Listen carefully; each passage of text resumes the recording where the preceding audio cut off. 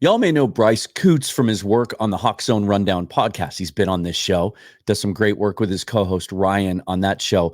But there's another aspect to what Bryce does. He's been doing it for most of his life, and that is playing and coaching the quarterback position in British Columbia. Even has his own quarterback academy where he works with kids from the age of 10 all the way into college. We're going to dive into some detailed aspects of the quarterback position. How do you build the perfect quarterback? How much of it is mechanical? How much of it is mental? How much of it is God-given talent? And how much of it can you teach? Then we're going to apply that to the NFL. Who around the league does he feel like has teaching tape type mechanics? Who's good? Who's not? And then we're going to apply it to some Seahawks history and some different aspects. Who had the strongest arm? Who was the best processor? The most accurate? The best mobility and creativity? Who had the worst mechanics? We didn't rehearse this stuff ahead of time, but there are some things here where we really agree. This is a fun conversation. I'm glad you joined me for it today on this edition of Seahawks Forever. Welcome to the Seahawks Forever podcast. In-depth analysis on everything Seahawks. And now, here's your host, Dan Viens.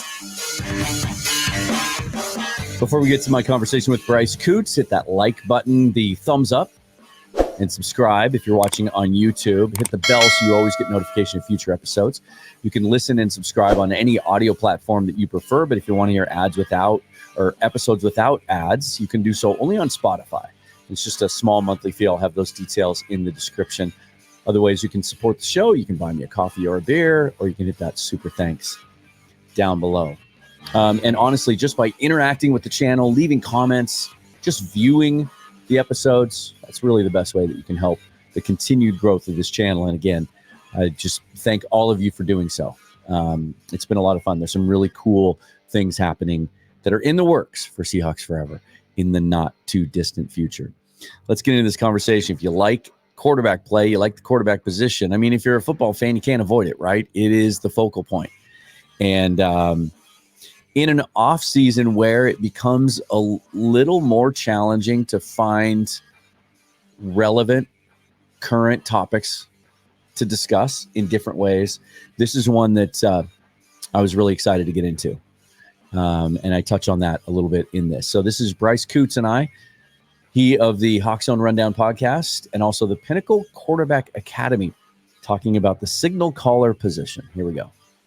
So most of you know Bryce from, I hope, the HawksZone Rundown Podcast. He's been on the show a couple times, been on his show, growing podcast. Love what you guys are doing over there. But what some of you might not know is Bryce also has a history coaching young quarterbacks and actually runs a quarterback coaching academy in British Columbia called the Pinnacle Quarterback Academy. Bryce, thanks for coming back on the show. Always good to talk to you. Give me a little bit of history, your history with the quarterback position, and then how did it come about that you opened and started this academy? Thanks for having me back, Dan. This is great to come back on and to talk about, this and some other topics we'll get on to. But so I started playing quarterback when I was 7 years old and went through the whole process, played community up here, which is essentially like Pop Warner down there for you guys. Got into high school, played high school for the 4 years, and then played 3 years of post-secondary and junior ball, which is kind of like a semi-pro thing. And then, basically during that time period, when I had off time between, seasons and stuff, I started to dive into coaching and helping, because I'd help out our backups or whoever was on our team. So I started helping out with, coaching quarterbacks. And so what I found, though, is I went through my journey because I started playing in the early 2000s and through this whole thing is how much the position changed because football itself was changing. And so I got taught the old school way, like Jim Zorn, Dave Craig, carry the ball up nice and high, step to your target and drive through. And as I played, I ran into some injuries, shoulder injuries and stuff like that, mainly due to the way I was throwing a football and had been taught to throw. And so then when I got to my post-secondary and started playing there, I had a really great quarterback coach that started to teach me how to throw as if I was in the batter's box and using my legs and my core and that to throw the ball and let my arm just kind of be the transfer point for the energy that I was creating. Because he kept saying to me, he's like, you've got, large leg muscles, you got a big, strong body, use that muscle group rather than just asking your bicep, tricep, and forearm to make the throw. And it took me a couple of years to figure out what he was really talking about. And then when it finally clicked for me, I had no more shoulder pain. I had no more arm pain. I could throw for 3-4 hours, no problem, and not feel like I had stressed my arm too much and do it the next day and the next day. So after I figured that out and decided that I wasn't going to become a professional quarterback, I decided, I need to start helping the youth behind me so they don't run into the same problems I did. And I wanted to give back to the sport because I love the sport of football. And so, I had started working with a few different individuals that already had established quarterback companies, and started to see that some people made it more into a business. And for me, that wasn't the point. I was much more about how do I get as much of this information out to the kids and they can do what they with and want to. And so my wife, she's actually the mastermind behind this. She went to me and said, hey, why don't we start your own academy for quarterbacks? And we can control it and you're not working for them and we can do it just to do it. And I said, okay, sure. So, about 2.5 years ago, we started, it was originally Pinnacle Football Academy and we were taking on receivers as well. And then we kind of steered right into quarterbacks because we just saw there was such a lack of development, especially up here in Canada, a lack of development in the quarterback position. And so since I had played on both sides of the border, I figured I could give the best of both worlds. And that's kind of how it all started. It's a fascinating topic for me. It's always been, the quarterback position obviously is a focal point for fans, and it's something that people attach to and connect with. And it's a very emotional subject. You and I have had many conversations about how people just make their minds up about quarterbacks, and whether fans have played the position before or not, that once they make their mind up about a quarterback, it's tough to change it. And it's just because you have the ball in your hand every play and you're the most pivotal person on the field. And we're going to talk about some specific quarterbacks at the pro and even college level in a little bit, but I'm fascinated with the preparation and the development aspect of it, because I think there are so many layers to this. And let me just share this. One of the reasons that I'm fascinated by it, let me see if I can throw this up there. So this is, let me change the frame here.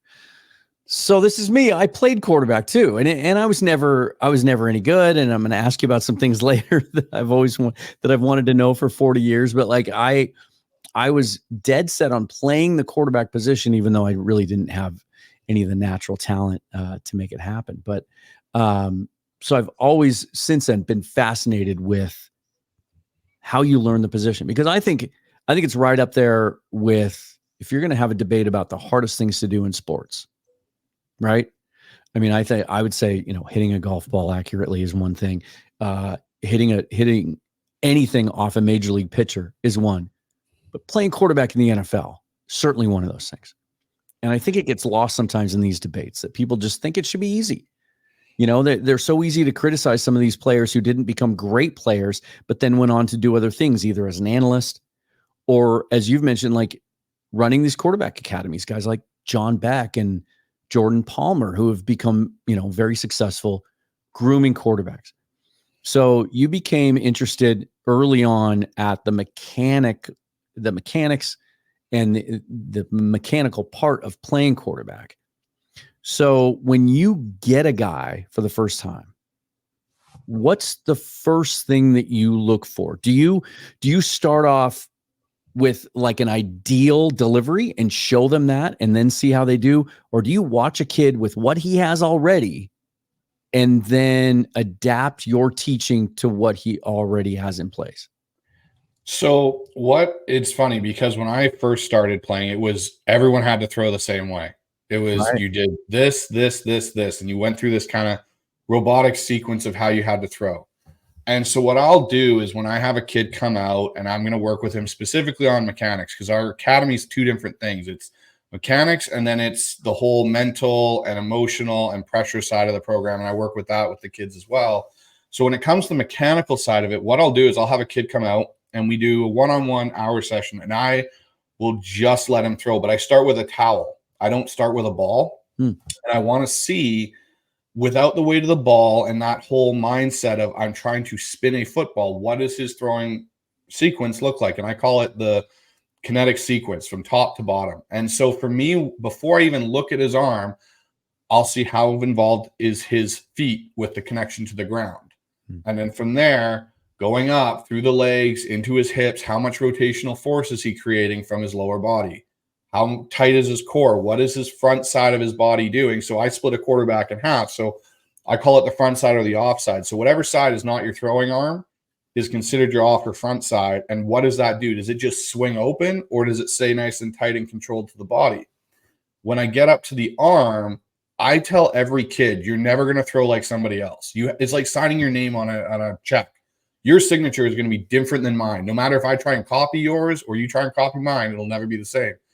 So if I can help them from the base up, get that right kind of kinetic sequence and understanding of how to use force from the ground, then we may tweak a thing. Like if their elbow's too low or they're too wide, we'll tweak something to bring it in a little bit to take stress off.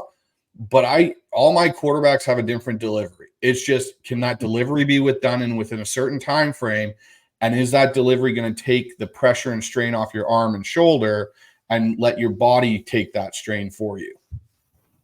It's interesting to me because when you look around the league and you look around college football, they come in all different shapes and sizes and deliveries, right? Some of the great quarterbacks of all time, like Phillip Rivers, had just that was a big criticism of him coming out, right? Is he had kind of that short arm, sort of low baseball infielder throw delivery.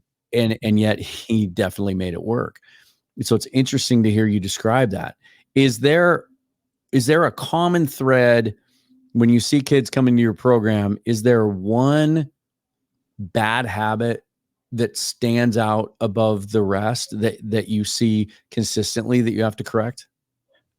Yeah, the biggest thing that I see and the biggest thing I deal with kids is helping them understand that their lower body is more a part of the throw than their arm. And so what you'll get, and the way I describe it to my kids, because a lot of the kids I get either have played baseball at some point or have watched baseball, is it's basically like throwing off the mound as a pitcher. They are so focused on trying to create force by stepping to their target that they actually get everything basically doesn't turn and it just pushes, and the arm is making that entire throw.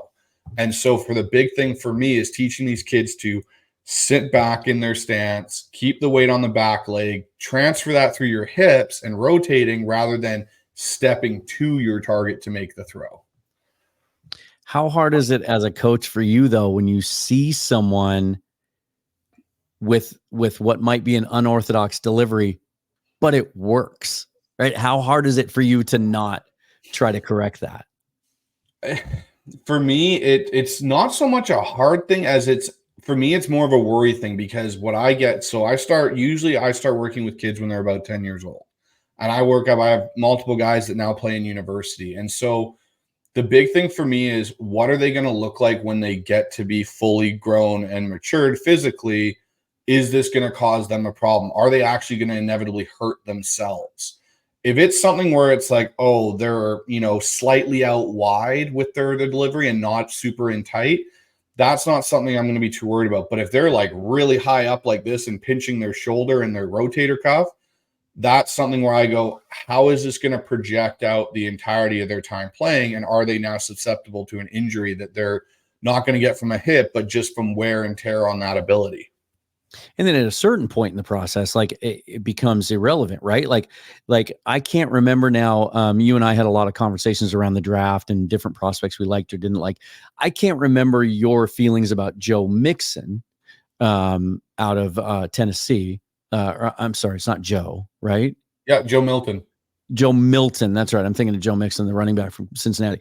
And my issue with him is the way how it just kind of, as you describe as a bad habit, how rigid his legs were, and how he's a very tall guy. He's an angular guy, 6'5", and how he just stood up straight in his throwing motion, didn't involve his lower half, but he had just an otherworldly arm. if, when a guy's 20, 21, 22, by that point, then if it works for him, does it kind of not matter at that point? Yeah. So like my threshold to try and change a quarterback from throwing with their hips and getting that involvement into it is really hard after about the age of 16, unless that particular player is extremely dedicated and works at it and we're talking every day for like 30 to 40 minutes. And that's solely what they're working on, is to get their hips into it and doing drills for that. If they are not that dedicated to changing it and they've got a certain way of throwing it and it works and that's what they're going to do and they're comfortable, I tend to kind of just back off at that point and go, hey, if it's working for you and you're comfortable with it, then we'll go and we'll continue to develop you in other ways, because I'm not going to try this, 16, 17, 18-year-old to change you when you're going into your grade 11 or 12 varsity season and you have college offers and all that. Like, they've seen you throw a certain way. That's what they're expecting. Yeah, we might make tweaks here and there to try and lessen the strain on, say, your arm or whatever, but I'm not going to be able to change you and get you into using your rotational force and your hips more unless you're willing to put in all that extra work. And some kids just aren't at that point. Arm strength. How important is it? How is it just a natural gift, or is arm strength something that even at your level with some of these younger kids that you can actually teach and train? You can teach and train it to an extent. But really what's funny about arm strength, and this is the one thing I think that kind of people don't understand, because we almost use the wrong term. It's more about arm flexibility, and shoulder flexibility create arm strength for what we think it does. So when I get young kids, what I usually do is I have a program that I give them for them to work their rotator cuff and their arm and everything to get it nice and loose. So this is the one thing that's, kind of a hard thing to do when I deal with these kids, is to get them to understand that you need to be flexible. And I always tell my kids, I'm like, hey, you need to start, if your mom does yoga, go to yoga with your mom and start doing stretches and learning how to be flexible, because what you'll get is you'll get kids that'll start going to the gym, because they got strength or whatever for football. Oh, I need to bench a lot and I need to do this a lot. And they get extremely stiff. They put on way too much muscle mass up top and mass muscle, and they lose flexibility. A prime example is Tim Tebow. If you remember watching Tim Tebow throw, he was super jacked, but he had no ability to actually create any flexibility with his arm. And he used to throw it and it just looked like a wounded duck most of the time. Part of it was he was so stiff. He couldn't actually create the torque. So like, you think about a pitcher in baseball, when you watch their slow-mo and how much that arm flexes, quarterback's the same way. If you freeze frame any good quarterback, whether it be Tom Brady, Aaron Rodgers is a prime example, even Russell, when Russell was in Seattle, there are points where their arm is almost completely flat to the rest of their body. But that's because they have enough flexibility in that. And that's where you get the arm strength from, is how much whip can I actually get to go out my arm and into the ball when I rotate all the way through. And so when you talk about arm strength, it is coachable. It's just a very hard thing to coach, because everyone's mind goes to, I need to build strength, not I need to be flexible to create strength. And then, we've been focusing on mechanics so far, but there's the other side to it as well. And you touched on it at the very beginning, but there's anticipation, right? There's ball placement and accuracy. There's feel and just innate feel for the speed of the game and just kind of that moxie aspect that's a little more intangible. Is that a little bit harder to coach at a young age, because you just don't get the sample size? You don't get to see them, with live bullets as much. And so the focus becomes then more on the mechanics to get that in place first. Yeah. So it becomes, when they're younger, to deal with the mechanics side first, get that kind of all dialed in the way it should be. And then what I'll do is I have group sessions where I have my underclassmen that go up to the age of grade 10, essentially. And then I have a varsity group, which is 11, 12, and my college guys. And basically what I'll do is, in those group sessions, whatever we've worked on one-on-one in the mechanics and them on their own at home, we bring to the group session, and then I create in-game simulations for them. So when I do drills in my group sessions, it's not so much on creating a perfect scenario. It's about, how do I create something most similar for you to do in a game? So we'll do things with, hey, you got to drop back. One of the other quarterbacks in the drill will bring pressure like he's the end. How do we step up, avoid that, keeping everything in place and read the field and make the right throw? And so that's how I end up creating as much of a game simulation for them in the off season. So that way, when it comes to training camp and games, it's more of reactionary for them and not thinking, because the worst thing for a quarterback in a lot of respects is overthinking the situation and not just reacting to it. We've seen some really high-tech systems before where, helmet cams are used and things like that. And now even drones get involved. And so quarterbacks can go back and watch tape and see as closely as possible from their angle, like what things looked like. Can something like Madden actually be a useful tool? Do you ever encourage these kids to play that game because you do get to see things from that angle? 100%. So actually, when I coached high school a few years ago, I put our entire playbook into the Madden game. Wow. And then basically had my quarterbacks and my offensive guys come over, my skill position guys, and I'd let them play out our playbook in the game. And they could see how our plays would work versus cover 2 or versus cover 3 or whatever came out, if they blitz something and stuff. And so then by the time they got in the field, they already had a somewhat of an idea of what it was supposed to look like. They were able to react to it a lot faster. So I think Madden's a great tool if you know how to use it the right way for the kids. Instead of letting the kids going, I'm going to pick the best team and do that, it's how do we take what we do and transfer it into that and use that? I think it can be a great tool for it. I've used it myself. When you look around the NFL, if you were to point to a couple guys that you would use, and maybe you have, as examples to show a kid and say, that's what I'm looking for, those are perfect mechanics, who are a couple of guys that come to mind?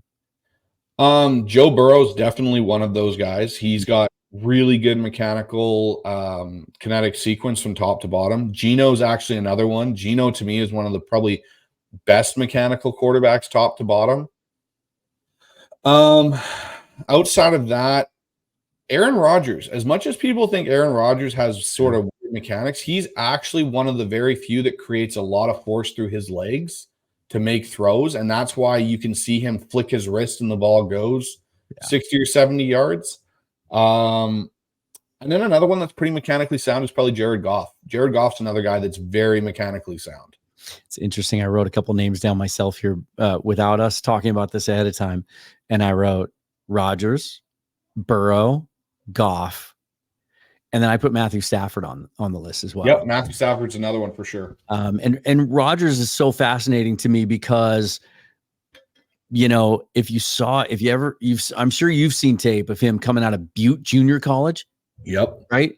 And how I knew about this, and then I recently saw some tape again, and I forgot how pronounced it was, how high they taught him to carry the football. And even at Cal, it carried over. And that was an issue. And I think it's even been quoted or cited as an issue that, like, it was kind of that hesitation where the Niners went with Alex Smith instead of him, where everybody thought he was going to go 1 overall to San Francisco, that he was just so stiff and robotic and mechanical in the way he held the ball so high. Like, go back and watch tape, you guys, YouTube, like Aaron Rodgers Cal. I mean, it's almost over the crest of his helmet. It's ridiculous. And so I guess as a coach, as a teacher, that's a great example to use, because if there's a kid you're trying to kind of wean out of a bad habit, you can say, look, this guy had a horrible mechanical habit all the way through college. It still got him drafted in the first round. And then he completely reworked his mechanics and became one of the best ever. Like, the thing that amazes me about Rodgers, I mean, you mentioned flick of the wrist, like that's what comes to mind, right? He does that as well as anyone, but it's just such a natural delivery. And isn't that what you're trying to find at the end of the day, is what everyone's individual natural delivery is? Exactly. You're trying to find everyone's natural, and that's why I always say their arm signature, your arm path signature. You're trying to find your version of that. You can take pieces and things that you want to implement into it that makes it work for you, and it has to work for you. Another great quarterback to actually look at who changed mid-career because of an injury is Tom Brady. If you watch Tom Brady up into his knee injury that he sustained, he was exactly what I teach my kids not to be. He would drive off that back foot and take this massive step, and you'd see him, and he was super wide, and he would drive the ball that way. Once he had his knee injury, he completely reworked his mechanics to be completely rotational. And you watch him in the end of his time with New England, especially when he was in Tampa, Brady would throw from a completely collapsed pocket and still make a 30, 40-yard strike down the middle of the field, but he'd only have like 3 yards around him to work because he had figured out and worked at it on how to create force through his hips and then just let his arm carry the ball. When I was in college, at the time, he was a very close friend of mine, but he played for the Washington State football team at the time, ended up being drafted in the first round by the then Phoenix Cardinals, Tim Rosenbaugh. And it was interesting. After his rookie year, we had a conversation, and he used a term that I'd never heard before since, where he described a guy that's overly mechanical as a Cadillac quarterback. He says they look beautiful in warmups, they look beautiful in drills, everything looks perfect, but you get into a game and there's no feel. And whereas Tim had a very natural throwing motion, he was very almost baseball-like and just reactionary, his backup with the Cardinals was Tom Tupa, and that's who he was describing, a former Ohio State quarterback. He's very tall, angular. I think of Mark Wilson, like guys like that, sort of that old standard of what you expected out of quarterbacks. Now, wouldn't you say just league-wide, the trend is a more athletic release, that it's less of that robotic kind of old school type of delivery? Yeah, and I would definitely agree with that, because you're saying the Cadillac quarterback. So what I preach to my guys all the time, whether it's, group sessions or it's our one-on-ones, is you have to be able to flow like the ocean.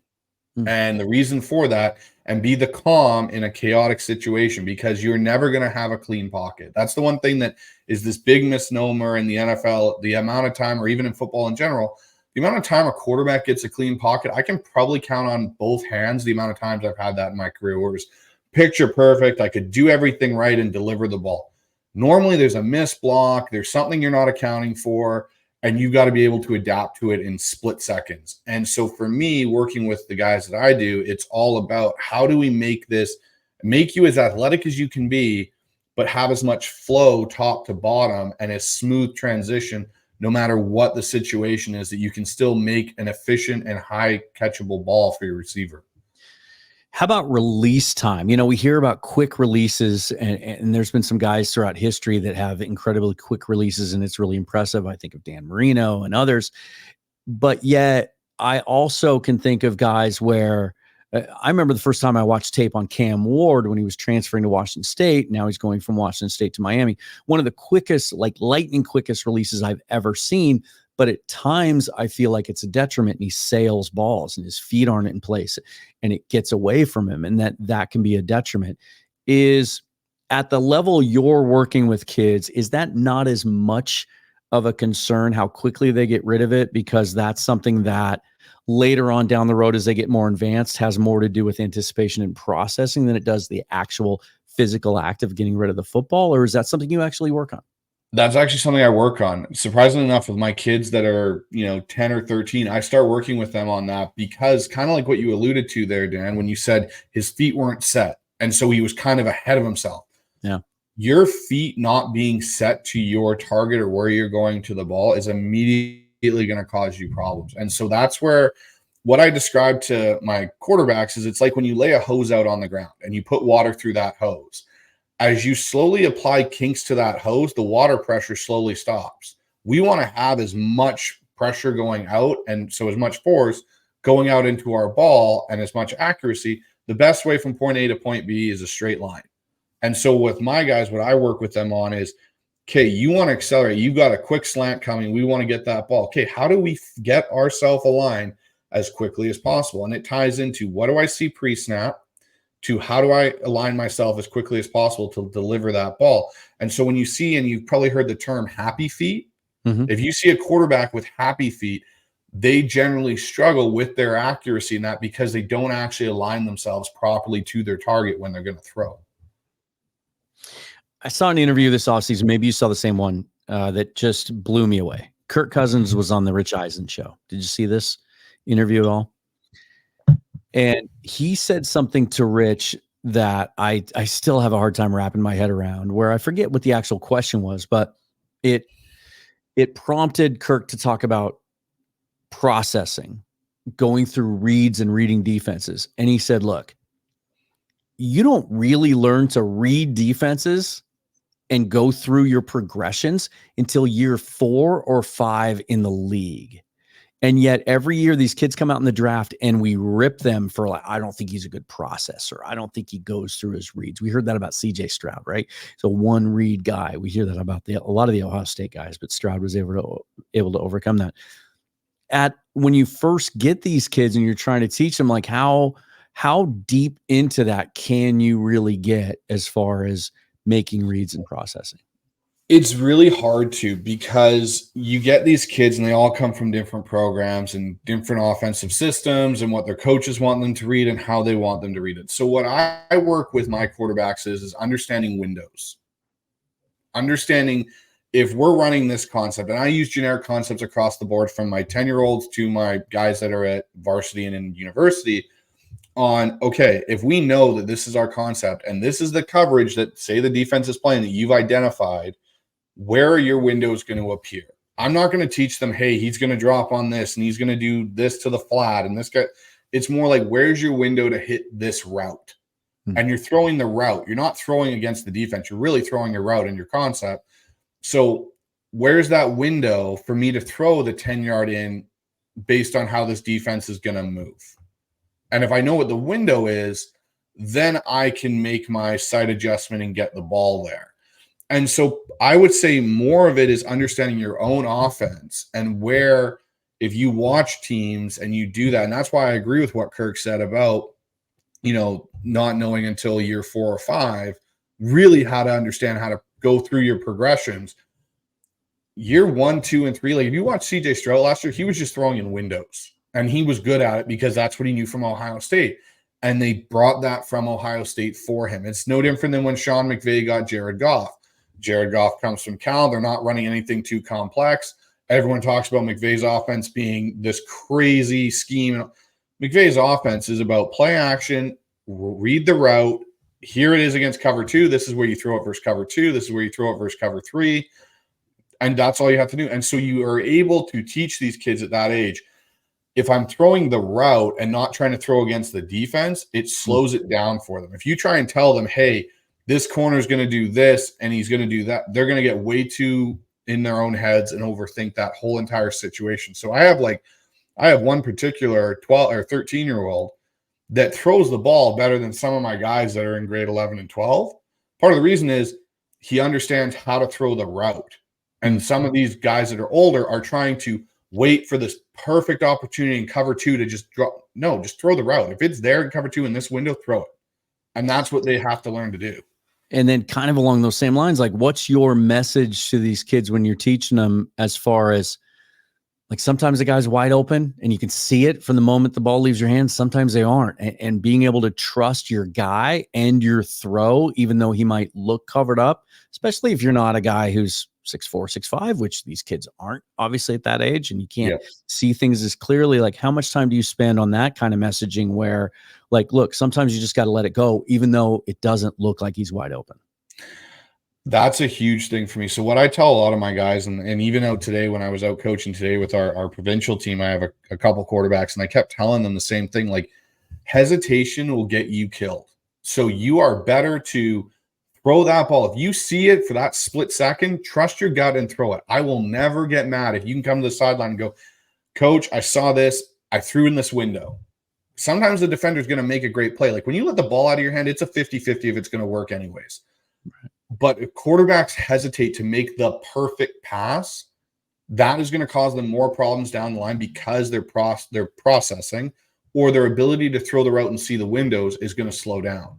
And I tell my quarterbacks, you at tops have 3 seconds to get rid of the ball after you get the snap.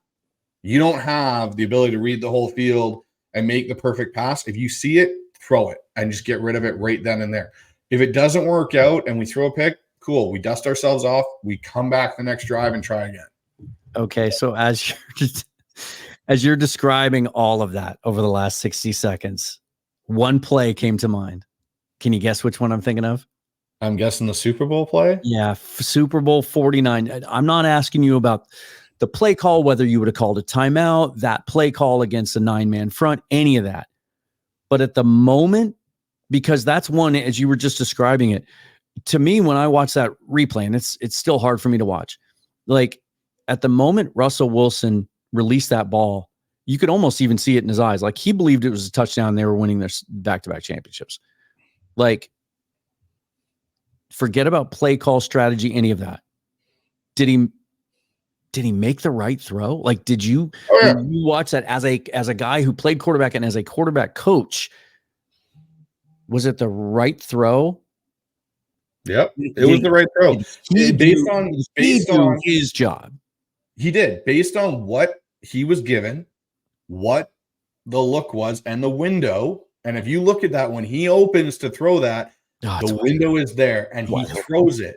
What you ran into, though, and this is why I say it's a 50-50 crapshoot, Butler made an unreal break and beat the receiver to the spot where the ball was going. If I'm standing there as the quarterback coach and Russell makes that throw, I can't tell you did anything wrong, because you literally have thrown that slant right where it needs to be however many times, and it's worked.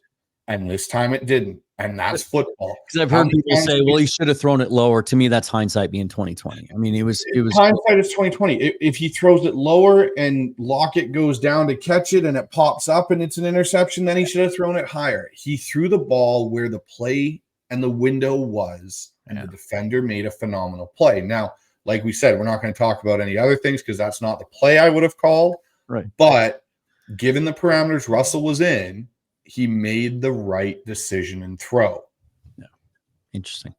Let's talk Seahawks. And I want to go back to something you were saying 2 questions ago as well about, trusting and getting rid of the football and reacting in the moment to what you see.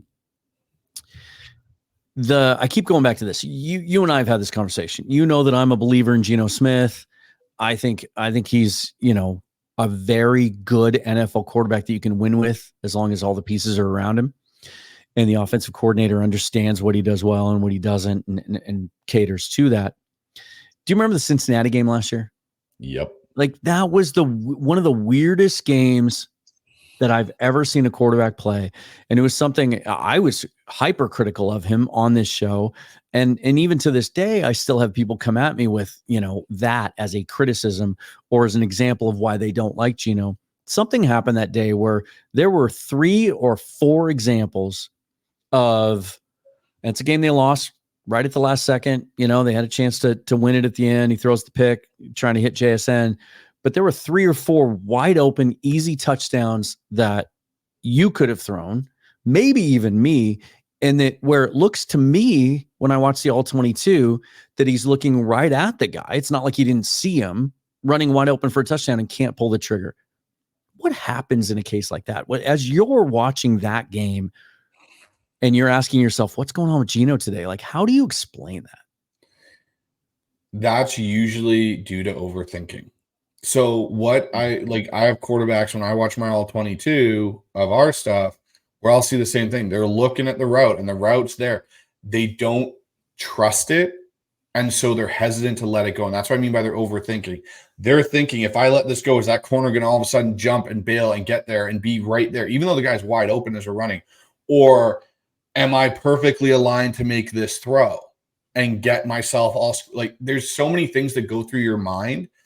And that's why for me, I talked like earlier about the windows. If I see that window and it's open, I'm throwing it. I got to throw it. If it doesn't work, it doesn't work. And the window slams shut, it slams shut. But it's better off than hesitating like we saw in that Cincinnati game. And he takes unnecessary sacks. Like I would rather my quarterback throw an incompletion in that situation, as crazy as this sounds, or potentially have it where it could be a pick if we're in 3rd and long or 2nd and long and take a sack. Sacks kill drives because now it puts you in a bigger situation where you're dealing with a defense that's going to bring more pressure.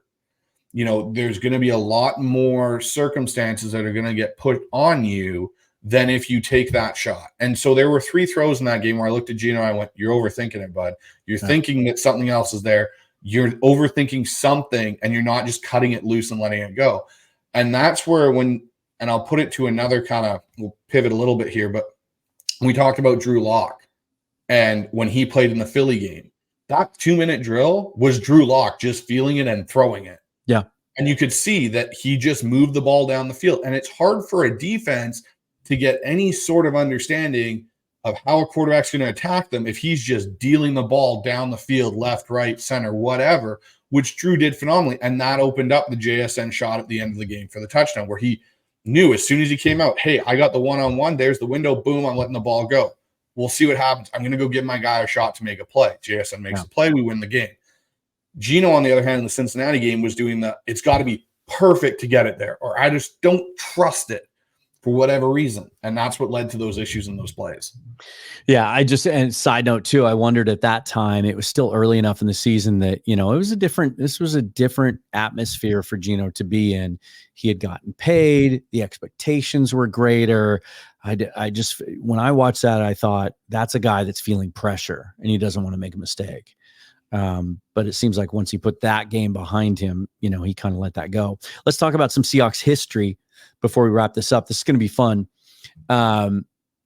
So I kind of asked you to go through sort of some quarterback qualities in Seahawks history. First of all, let me ask you this. Who's your favorite quarterback in Seahawks history? Matt Hasselbeck. Okay. That's you and I have talked about this. I guess I should have known that answer. Yeah. Do you think he was underrated? Do you think he was unfairly criticized at times? Yes, I think he was. I think he was extremely underrated for what he was able to provide. And I think a lot of that came with his early start time in Seattle, like when they put him in with Trent Dilfer in that period and he wasn't super successful. And the pick he threw in Green Bay, I think always kind of lingered around him, even though he took us to a Super Bowl, ran the top offense in the NFL. And then I think people forget that after that Super Bowl team, and we lost Steve Hutchinson, which to this day is still the biggest mistake the Seahawks have ever made. Yeah. That they put a lot more on Matt's shoulders because Sean Alexander fell off a cliff. They kept recycling receivers through, and Deion Branch and all these guys, Nate Burleson and whoever else. He still was able to get us to the playoffs and played through a lot of injuries in that time period. Yeah. Yeah. He was always a guy too. My dad and I spent 10 years arguing about Matt Hasselbeck. I think it's a very similar argument to the one that I would make in favor of Geno Smith now. Whereas the critics of Geno Smith, I think very similar to the critics that Matt Hasselbeck had, would say, well, he's not a top quarterback in the NFL. And then to which I would ask, how many guys are better? And provide me a list. Give me a list. Is it 15 names, 20 names, whatever? Okay. Those guys are better. You think those guys are better. How are you going to get one of those guys? Oh, you can't? They're not available? Okay, now what are you going to do? You can win. You could win with Matt Hasselbeck. And whereas my dad always thought that the backup was the better player. Loved Seneca Wallace for years. Thought Mike Teal was the savior because he had a big fourth quarter against the Raiders in a preseason game one time.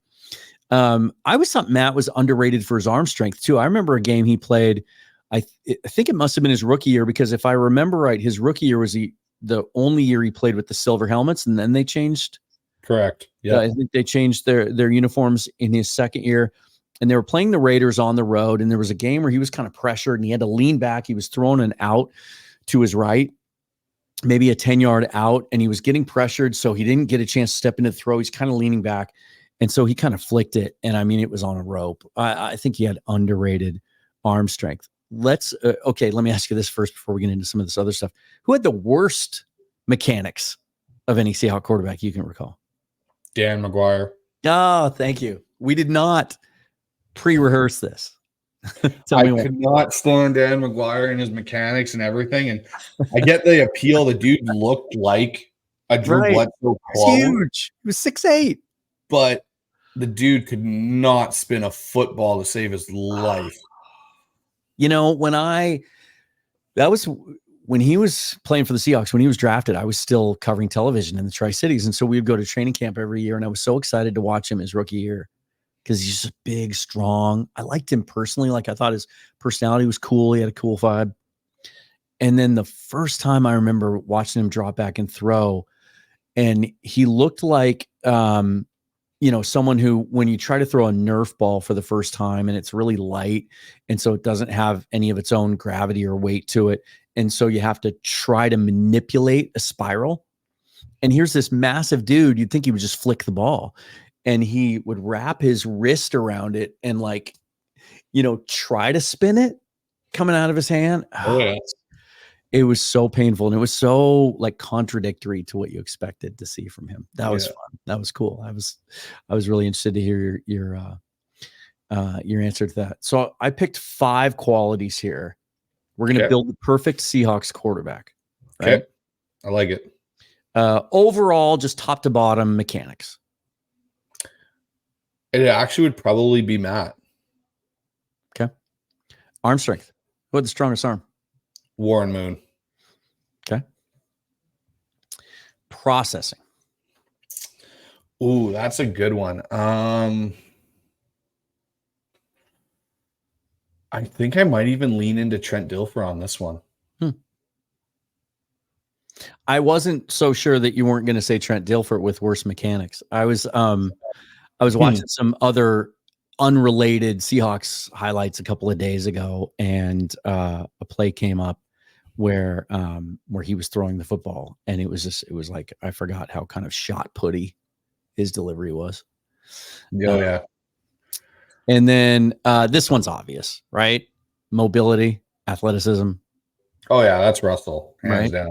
Yeah. Yep. However, I'll say this, like Zorn's not too far behind.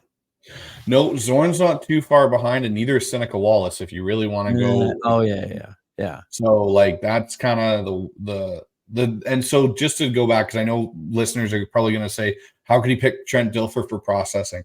You actually watched Trent play when he played in Seattle. Trent understood Mike's system so well, especially when Jerry Rice showed up in the later years, that he was throwing on time. Like everything came out of Trent's hand on time. And I still wonder to this day, if Trent hadn't gotten injured, if maybe Trent there in 04, 03, he's there a little bit longer than we anticipate. And who knows, maybe Matt isn't the guy that takes us to the Super Bowl in 05. It might have been Trent, because Trent really was playing well in Seattle at that time. Yeah, like Russ was just the best, just pure athlete. Like the scrambles that we think of when we look back on his career were just so dynamic. But man, go to YouTube and type in Jim Zorn, highlights. Like some of the stuff he did was crazy. Just crazy. Was. He might have, though, of all these guys, if I asked weakest arm, right? Like just lack of pure arm power or strength, was probably Jim, but he figured out a way to work around it. He was very accurate, and he made up for it with his scrambling ability. And then like whatever kind of word you want to use for this, I wrote leadership, but like leadership, grit, determination, like fiery kind of leadership. Who would you put number 1? I'd probably put Matt again.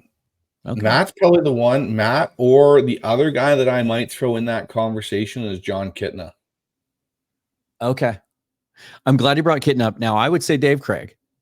Yeah, Craig had some. Yeah, for sure. He was just like, he was just gritty. He would play hurt. He would get back up off the ground. Like he was one of those guys that if he threw a bad pick, like I had so much confidence in what he was going to come out and do after that.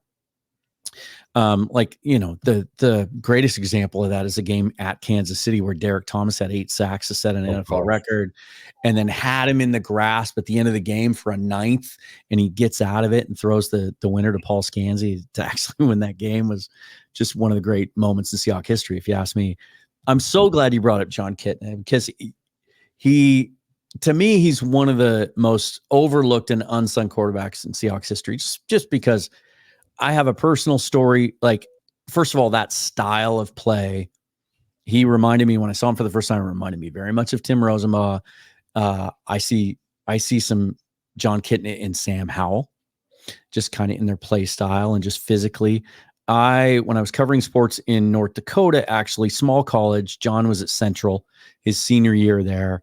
They end up making it to what was then called the NAIA. They played in the semifinals. They actually went to the final that year. So they won the game I'm about to describe. and they end up tying for the national championship. And I still don't understand how that happened. It was in the Tacoma Dome. I can't remember who they played, but they allowed it to end in a tie. But in the semifinals, it was in a driving rainstorm at Sparks Stadium in Puyallup, and I was covering the University of Mary from Bismarck, North Dakota. So they came down and played. And I'd heard of John Kitna, obviously, but I got to see him play in person for the first time. He throws 5 touchdowns, almost 500 yards. It could not be raining harder. They come out first play of the second half. He throws an 80-yard touchdown pass. I mean, just that guy he was like a linebacker playing quarterback. And when we talked about quick release earlier, he popped into my head, one of the quickest releases I can ever remember seeing. Yep. Dude just threw way too many picks, almost as many picks as touchdowns in his entire NFL career, although he played for 14 years. So he made the most out of it. But he was so much fun to watch. And I remember calling my dad that week and saying, dude, there's this guy at Central. I don't think he's draftable probably, but the Seahawks should sign him as a free agent. Then they do. I call him the day that news comes out and I say, Dad, they signed my dude. He's going to someday be the starting quarterback of the Seahawks. It was I haven't been right on everybody. Yeah. Right? I was wrong about Ryan Leaf. I've been wrong about a lot of guys, but I was right about John Kitna. So before we wrap it up, so how have you had a chance to watch many? I know we've talked about a couple of them, but how many of the quarterbacks from the 2025 quarterback class have you had a chance to watch? I've actually I've gotten through a good chunk. I started my deep dive probably 2 weeks after the draft to get into what 2025 looks like. 2025 could actually be interesting. I'm not going to say it's going to have the same kind of star power as this year's draft for sure. I think Carson Beck's probably the best one coming out. Yeah. I think he's definitely a guy that has a lot of the intangibles you would look for in a quarterback at the next level. This is a big season for Quinn Ewers. He has to prove it this year, especially with Manning in the waiting behind him, who had a phenomenal spring game. Yeah, he did. And I think if Quinn has a good year, he can definitely propel himself up the board, because right now I have a second round grade on Quinn Ewers. Shedeur Sanders, there's things I love about his games, and there's things that I just cannot get over with him, especially a lot of his media and social media stuff really drives me nuts as a quarterback. And that's the one thing, I can touch on a couple other guys that are involved. Like one other guy, Drew LR from Penn State, I think is going to be another guy that's, I think, going to climb, maybe have a Jaden Daniels type of growth to him this year. There's Will Rogers to keep it local at Washington there. I'm not so high on him. I think he's kind of he's kind of like a Michael Pratt this year. Like, he's a late round guy. You want to take a flyer on, go for it. So with that being said, I don't think the Seahawks will even touch a quarterback next year unless something drastically happens and goes wrong this year. I don't think they'll need to. Yeah, unless something goes badly with Geno, right? Unless he has a severe injury or he just has a really bad year, which I don't anticipate. But no, I think you're right. It's just I think it's a fascinating class, and I do think it's a class that's going to be deeper in the sense that and we haven't seen a year like this in quite a while, where there might be a guy or two available in each of the 7 rounds that's worth taking a shot at. And so maybe then it will make some sense, to explore that position and maybe finally commit to a 3rd roster spot for a quarterback so you can develop a guy. But yeah, I'm higher on it than most, just because I see a lot of raw upside in some guys. But the one guy I think Carson Beck just looks. I watch him play, and the word that comes to mind is smooth. Like, everything he does, like as a coach, you probably, really appreciate what he does. It just, the ball comes out real nice and easy, and he moves really well. And I'm glad he went back for another year. It'll be interesting to see the kind of year he has. And then I'm excited to see what my old Coug alum, Cam Ward does. I do think there's a pro quarterback in there if he tightens a few things up this year. I think there's a lot of upside there. So there's one other name I'll leave you with, Dan, that I think if he can stay healthy could be a very surprise quarterback, is Riley Leonard. Yeah. If he can actually stay healthy this year, I think he could have a huge, huge draft jump from where he's kind of positioned to be. And I'll give you my one name too. I was so high on Tyler Van Dyke after his freshman year at Miami. I just thought he's got the body physically, he's got the arm. I thought his mechanics were great. I thought he looked like an NFL quarterback.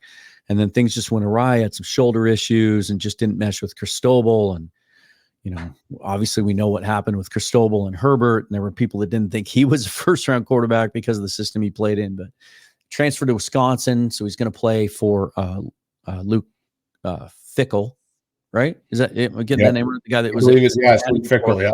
The guy that coached Desmond Ridder at Cincinnati. So Yeah. it'll be really interesting. I think he's a guy that could kind of jump up because I think he looks like an NFL quarterback. He does everything he kind of does. So, man, this was a fun conversation. It's this time of year, it's a little tougher when you just focus on Seahawks stuff to nail down some topics and try to keep things fresh and new. But this is a subject I could talk about every day, all day. And maybe I'll start a new channel someday and just call it Quarterbacks Forever. And we can just talk about quarterbacks every day. But I appreciate the work you do both on the podcast and working with quarterbacks, and loved getting your insight today. So let the viewers know about the HawksZone Rundown. And I know you have a cool guest coming on tomorrow that I'm very familiar with. What do you got coming up on the show?